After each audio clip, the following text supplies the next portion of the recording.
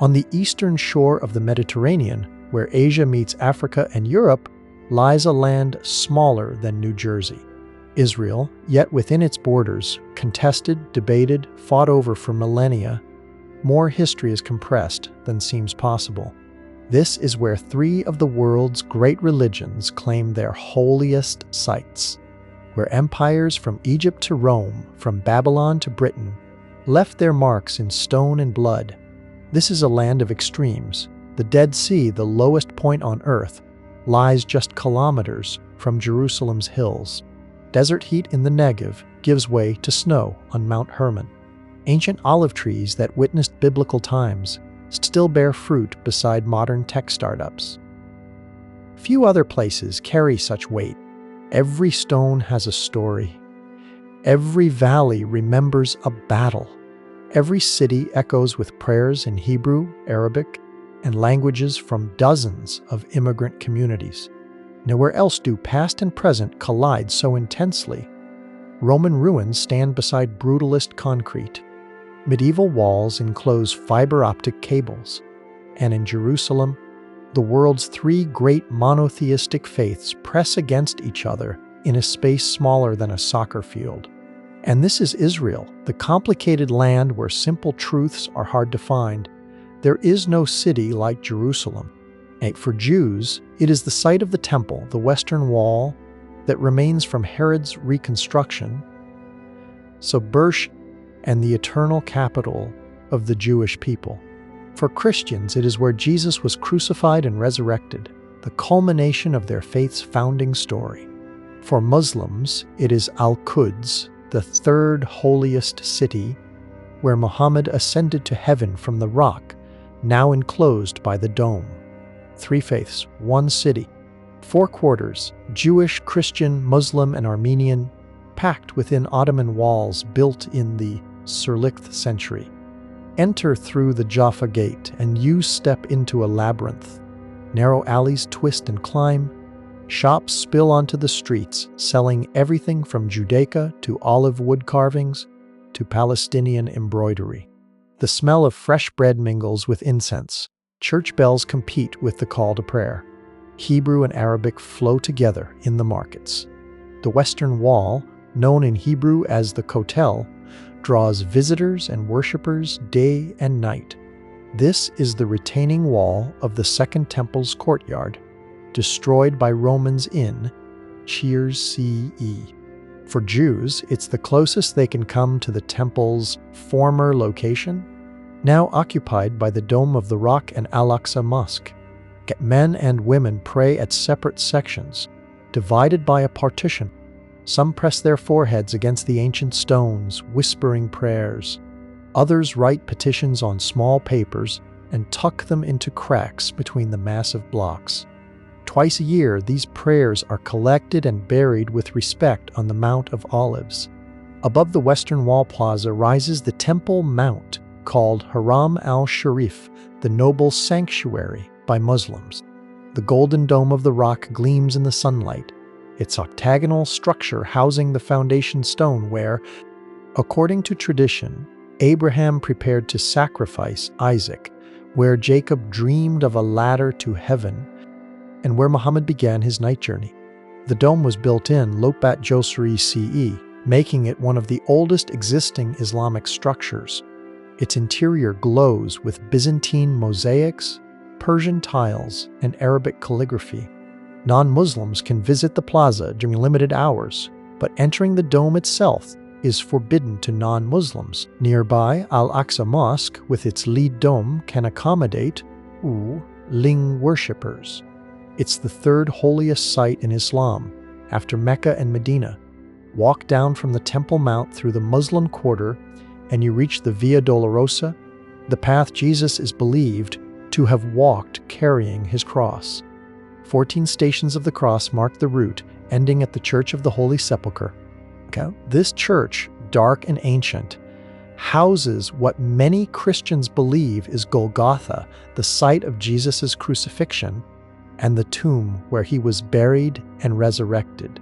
6 Christian denominations share custody, each with designated times and spaces, their centuries-old agreements sometimes erupting into literal fistfights over a moved chair or a misplaced ladder. Step inside and you enter controlled chaos.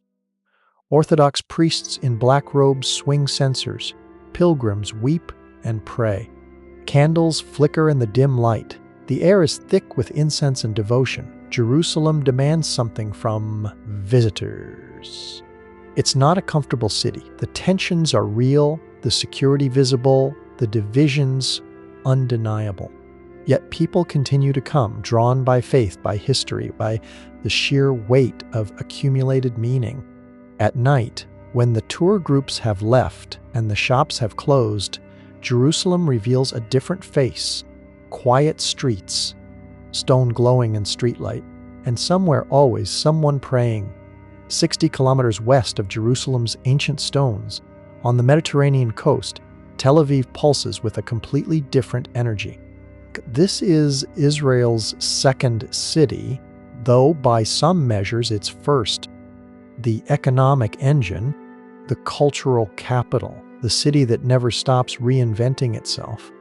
Tel Aviv was founded in Ichen Jobait Lingju as a Jewish neighborhood outside the ancient port city of Jaffa. The founding families gathered on sand dunes and drew lots to determine who would get which plot. From those humble beginnings, a city grew. Today, Tel Aviv is often called the Bubble, a secular, liberal island in a region of conservatism and conflict. Here, young Israelis party on beaches, start tech companies, and live lives that seem worlds away from Jerusalem's intensity. The White City, a UNESCO World Heritage Site, contains over Ling Bauhaus-style buildings, the largest concentration of this architectural style anywhere. These stark, functional structures were built mostly in the Ichen Jobait censors and Ichen Jobait scissors by Jewish architects fleeing Nazi Germany, bringing European modernism to the Middle Eastern coast. Walk through these neighborhoods, Rothschild Boulevard, Dizengoff Street, and you see the vision, white or cream buildings with curved balconies, small windows to keep out the heat, and flat roofs designed for sleeping during hot summer nights. Many are now renovated, housing cafes, boutiques, and expensive apartments, but Tel Aviv's heart beats on its beaches. 7 kilometers of golden sand run along the coast, divided into different beaches, each with its own character. Hilton Beach attracts surfers. Gordon Beach is for families. Banana Beach draws a bohemian crowd. And at sunset, everyone congregates to watch the sun sink into the Mediterranean. The promenade, called the Taillet, fills with joggers, cyclists, and people walking dogs. Beach volleyball games continue until dark, and from dozens of cafes and restaurants, the smell of grilled fish and fresh salads drifts on the sea breeze. Tel Aviv's food scene rivals any global city. In Carmel Market, vendors sell spices, dried fruits, fresh bread, and vegetables.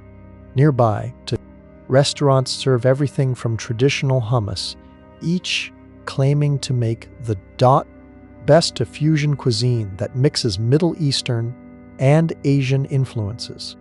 And the city's nightlife is legendary. Clubs don't really start until midnight and continue until dawn.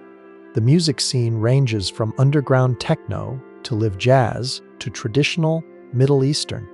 And unlike Jerusalem, everything stays open on Shabbat, Friday night and Saturday, when the rest of the country largely shuts down. Yet even in secular Tel Aviv, you can't fully escape complexity. Sirens sound on Holocaust Remembrance Day, and the entire city stops. Cars pull over, people stand in silence.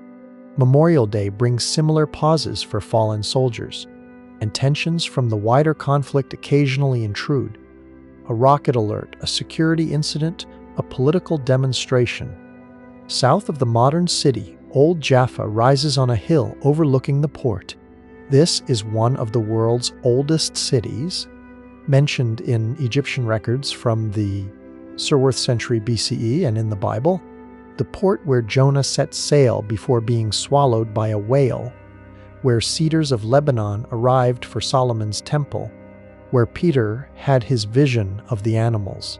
Today, Jaffa is gentrified, its Arab and Ottoman architecture restored and converted into galleries, studios, and expensive restaurants. The mix of old and new, Arab and Jewish, ancient and modern, creates something uniquely Tel Avivian. And Tel Aviv teaches you that Israel is not monolithic. This is a country having an argument with itself, religious versus secular, hawk versus dove, Ashkenazi versus Mizrahi versus Ethiopian versus Russian, and Tel Aviv is where the secular side makes its stand.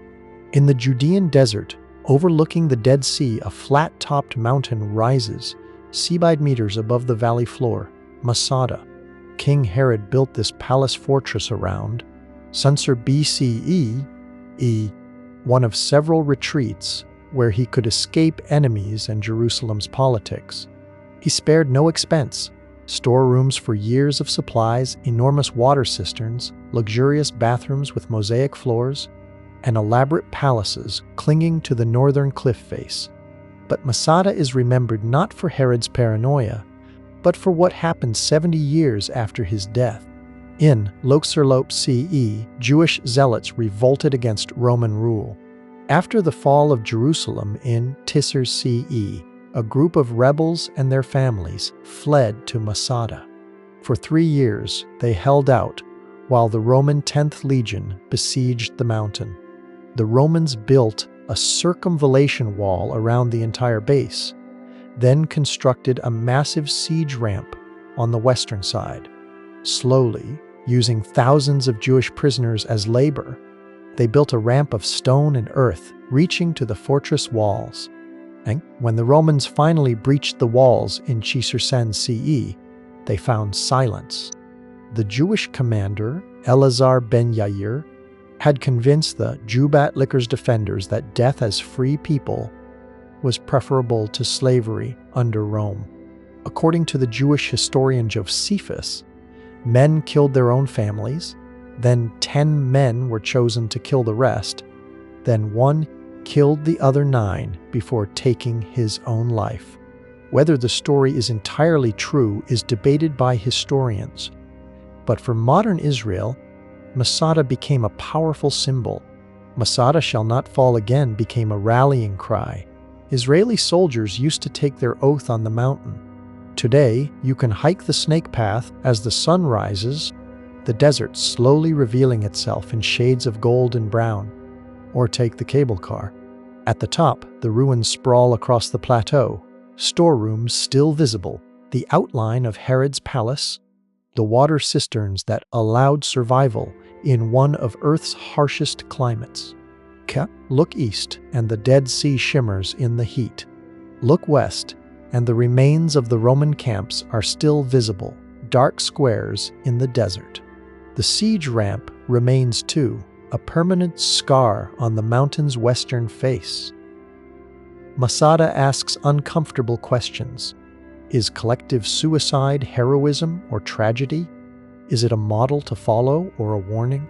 The Israeli debate over Masada reflects deeper questions about survival, resistance, and the price of freedom. Standing on the edge of the fortress, looking out over the desert, you understand the choice those ancient defenders faced. Surrender and lose everything, or die free. They chose death. And nearly early years later, people are still debating whether they were right. At Seebi meters below sea level, the Dead Sea is the lowest point on Earth's land surface. It's also dying. This salt lake, fed by the Jordan River and streams from the surrounding mountains, has no outlet. Water comes in, minerals accumulate, and evaporation concentrates the salt until the water becomes 10 times saltier. Then, the ocean, so salty that nothing can live in it except specialized bacteria. The result is one of nature's most surreal experiences. Wade into the water, and buoyancy takes over. You can't sink.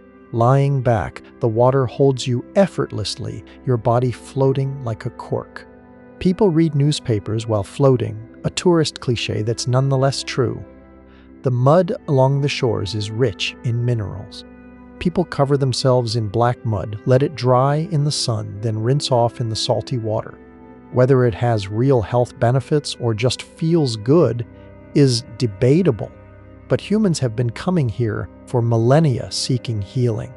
Herod built winter palaces along the western shore. Cleopatra prized the mineral-rich products from the Dead Sea, and the ancient Essenes, who wrote the Dead Sea Scrolls, lived in caves above the northwestern shore at Qumran. But the Dead Sea is shrinking at an alarming rate, over a meter per year. The water level has dropped more than 6 meters since the Likerses. Sinkholes now pockmark the shorelines, some swallowing roads and buildings as underground salt deposits dissolve. The cause is human. The Jordan River, which once provided most of the Dead Sea's water, has been diverted for agriculture and drinking water by Israel, Jordan, and Syria. What reaches the sea now is mostly agricultural runoff and treated sewage. Israeli and Jordanian resorts, built when the water reached much higher, now stand hundreds of meters from the shore, connected by long. Some have closed. The Ein Gedi Spa, once directly on the water, now pumps water up from the receding shoreline. There are proposals to save the Dead Sea, a canal from the Red Sea, pipelines from the Mediterranean, but they're expensive and environmentally controversial. Meanwhile, the sea continues to shrink. Visit now, and you witness something ancient in its death throes. The landscape is biblical. Barren mountains, harsh sun, water too salty for life. It's beautiful in its severity, a place that feels like the edge of the world. Float in the Dead Sea at sunset, and the Jordanian mountains across the water turn purple and gold. The silence is complete except for the lap of water. For a moment, the modern world with its conflicts and complications fades, and you're suspended in water and time, held by a sea that existed before nations and might not survive another century. In the north, the landscape softens. Green hills roll down to the Sea of Galilee, which isn't a sea at all, but a freshwater lake fed by the Jordan River. This is the Galilee, the region where Jesus spent most of his ministry. Nazareth, where he grew up. Capernaum, where he taught. The Mount of Beatitudes, where he delivered the Sermon on the Mount. Cana, where he turned water into wine. For Christians, the Galilee is a pilgrimage destination second only to Jerusalem. Churches mark the sites of miracles and teachings, often built on top of earlier Byzantine churches, which were built on top of Roman-era gathering places. The Sea of Galilee, called Kinneret in Hebrew and Lake Tiberias in Arabic, provides much of Israel's freshwater. It's fed by the Jordan River from the north and drains south into the Dead Sea. In Jesus' time, fishing villages dotted its shores. Today, kibbutzim and tourist towns serve similar functions, fluctuates with rainfall. In drought years, the ancient harbor of Capernaum emerges from the water, revealing stones where fishing boats once tied up. In wet years, beaches disappear, and the lake laps against the sea walls of Tiberias. The city of Tiberias, built by Herod Antipas and named for the Roman emperor, sits on the western shore. It's one of Judaism's 4 holy cities, and the tombs of several important rabbis draw Jewish pilgrims. But it's also a resort town with hotels, restaurants, and a promenade along the lake.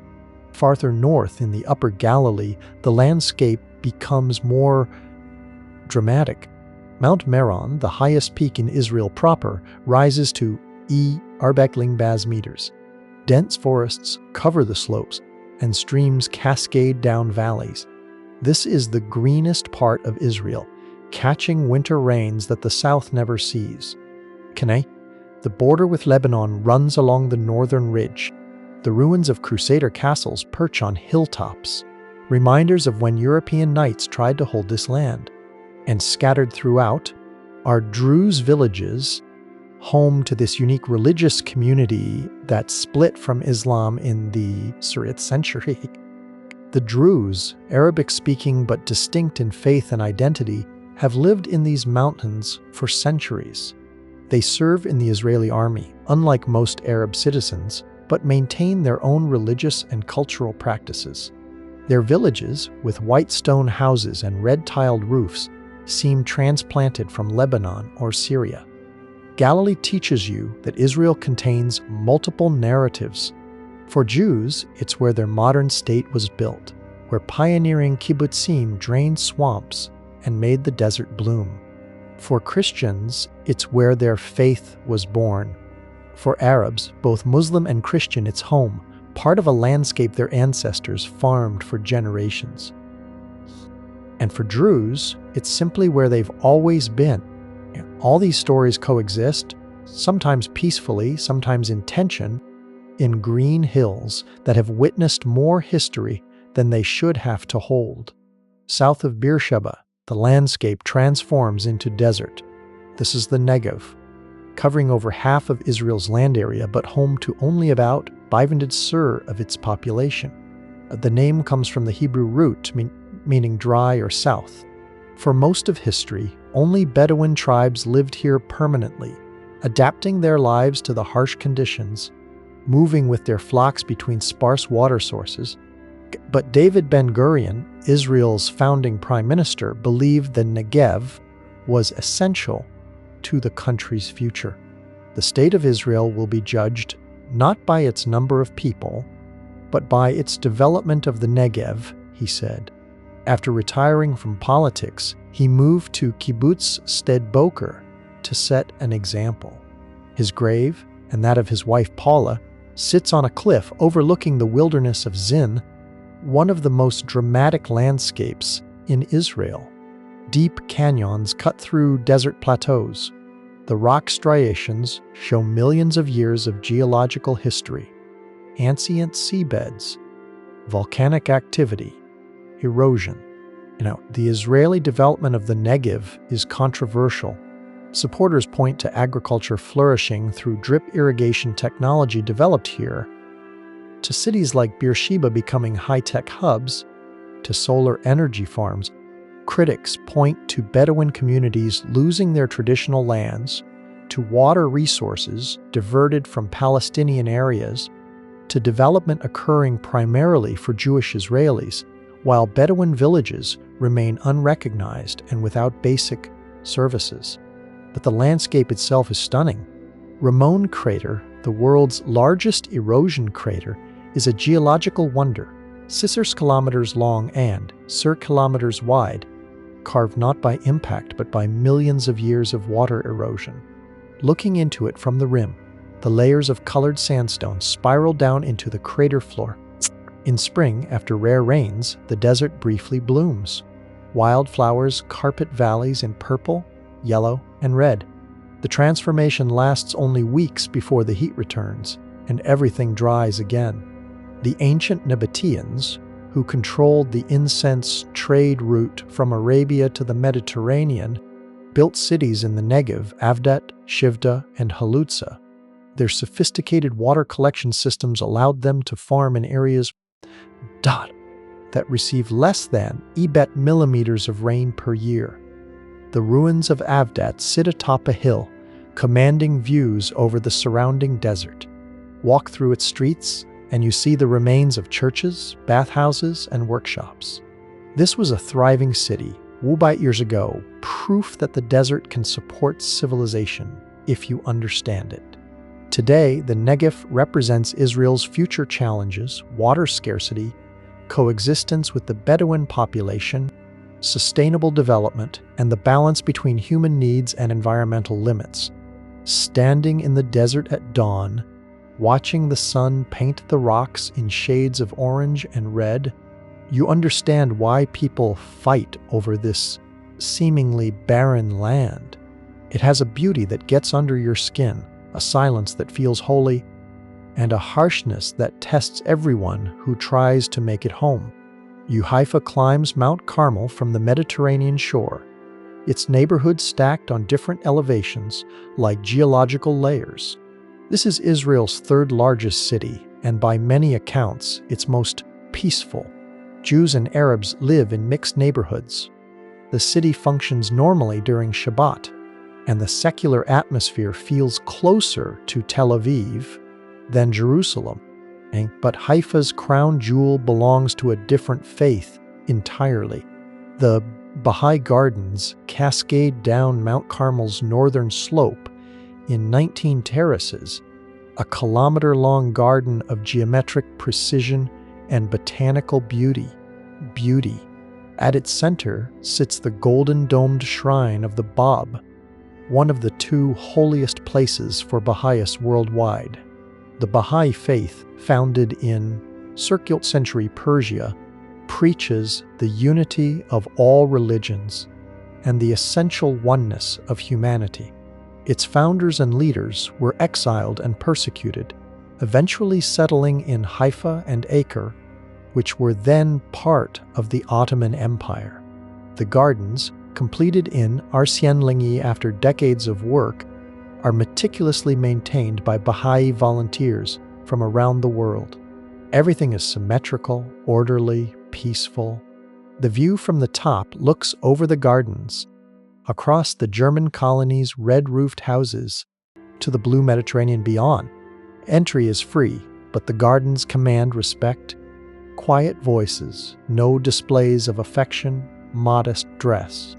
The Baha'is have created a space that transcends their own faith, welcoming people of all backgrounds to experience beauty and tranquility. And elsewhere in Haifa, the mix of populations creates interesting dynamics. The Wadi Nisna's neighborhood, predominantly Arab, celebrates the Holiday of Holidays festival each December, with street decorations and events marking Christmas, Hanukkah, and Ramadan simultaneously. And the port of Haifa has been important for millennia. The Crusaders knew it. The British made it their regional headquarters during the Mandate. Today, cruise ships dock here, and cargo containers stack like building blocks. Nout. Carmel itself has biblical significance. The prophet Elijah challenged the prophets of Baal here, calling down fire from heaven. A Carmelite monastery near the summit marks the traditional site. Haifa represents what Israel could be: diverse, tolerant, functional. The fact that it's somewhat exceptional, that people point to Haifa as proof that coexistence is possible, reveals how rare such coexistence is elsewhere in the country. North of Haifa, on a promontory jutting into the Mediterranean, lies Acre. One of the world's oldest continuously inhabited cities, the Phoenicians knew it. Alexander the Great conquered it. The Crusaders made it their capital after losing Jerusalem. Napoleon tried and failed to take it. The British used it as a prison. And today it's a predominantly Arab city within Israel, its old city a UNESCO World Heritage Site. Enter through the land gate and you step into the Middle Ages. Narrow alleys wind between stone buildings. Markets sell spices, sweets, and fish fresh from the sea. The smell of grilled meat and fresh bread fills the air. But beneath the Ottoman-era city lies another city entirely. The Crusader Knights built a massive fortress city here in the Sturth and Sursanth centuries. When the Mamluks conquered Acre in Ichenarbek Joseri, they destroyed the Crusader city and built on top of it. For centuries, the Crusader halls were buried, filled with centuries of debris. Archaeological excavations began in the Ichenjubite koshers, revealing an underground city of breathtaking scale. The Knights' halls, once used by the Hospitallers, stretch beneath the streets with Gothic arches supporting vaulted ceilings. The refectory, where knights dined, could seat hundreds. And the crypt, a vast pillared hall, creates an atmosphere both beautiful and eerie. Walk through these spaces, and you're in two times at once. Above ground, life continues in an Arab city in the Saint century. Below, you're in medieval Europe transplanted to the Levant. The harbor still functions, fishing boats returning each morning with their catch. Restaurants along the waterfront grill fish and serve it with hummus, salads, and fresh bread. The lighthouse at the end of the breakwater guards the entrance. Acre's old city is predominantly Palestinian Arab, and tensions occasionally flare. But most of the time, it's simply a city going about its business, tourists visiting the Crusader halls, locals shopping in the markets, fishermen mending nets, and kids playing soccer in the streets. The city teaches you that layers of history aren't always metaphorical. Sometimes one city literally sits on top of another, and both continue to shape the present. Israel today is a nation perpetually in debate with itself, a Jewish state that's also home to 2 million Arab citizens, a democracy that also controls territory it doesn't fully govern, a first-world tech hub surrounded by developing economies and conflict zones, a country younger than many of its citizens that claims a history stretching back millennia. The Israeli-Palestinian conflict defines much of life here. Checkpoints between Israeli and Palestinian areas, the separation barrier cutting through the West Bank, rocket alerts in southern cities, and the fundamental questions that seem impossible to answer. Whose land is this? What does a just solution look like? Can two peoples share one land? These questions have no easy answers, and everyone has an opinion. The secular Tel Avivian has one view, the religious settler another, the Arab citizen in Haifa a third, the Palestinian in the West Bank a fourth, and the diaspora Jews watching from abroad a fifth. Israeli society is not monolithic. The divide between secular and religious Jews creates political earthquakes. The Ethiopian and Russian immigrant communities face discrimination while asserting their place. The ultra-Orthodox, exempt from military service, create resentment among those who serve. And the question of who is a Jew remains contentious. Yet, despite everything, life goes on. Israelis are famous for their chutzpah, that mix of boldness, audacity, and nerve that helps them navigate impossible situations. They're also known for starting over, with a startup economy that produces more companies per capita than almost anywhere. The country's achievements are real: agriculture techniques that made deserts bloom, water technology used worldwide, medical innovations, scientific research, a cultural scene that produces films, literature, and music that win international acclaim. But so are the problems: inequality growing between rich and poor, religious and secular, the occupation of Palestinian territories in its 6th decade, regional threats from Iran and various armed groups, and the fundamental question of whether a Jewish democratic state can exist in a land where, between the Jordan River and the Mediterranean, Jews and Arabs are nearly equal in number. Israel's future is uncertain. Will peace ever come? Will the country remain democratic if current trends continue? Will the next generation solve the problems the previous ones couldn't? No one knows.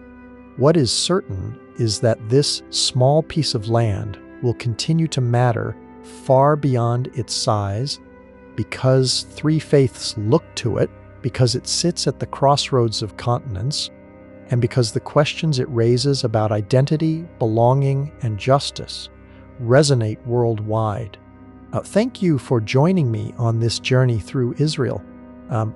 While creating this exploration, I was reminded again and again how complex reality is beneath any headline. Beyond the politics and conflict, there is Jerusalem holding the prayers of billions. There is the Dead Sea dying slowly. There are Crusader halls buried beneath medieval markets. And there are people, Jewish, Arab, Druze, Baha'i, and others, trying to build lives in a land where history weighs heavier than anywhere else on earth. Israel is extraordinary. Not just ancient, but intensely alive. A place where you can't escape history because it's literally beneath your feet and in every sight line. where the sacred and the secular, the ancient and the modern, exist in constant tension. I truly believe its stories deserve to be known in their full complexity, not reduced to slogans or sides, but understood as what they are: human stories in a place that matters to half the world's population. If this journey resonated with you, I'd love to hear your thoughts in the comments. And if you'd like to keep exploring the extraordinary corners of our world, subscribe and join us for the next adventure. To end, I want to honor this complicated land with a truth that everyone who visits learns. In Israel, every answer raises 3 new questions, and certainty is the first casualty of understanding. Discover the world, explore the extraordinary. See you in the next adventure.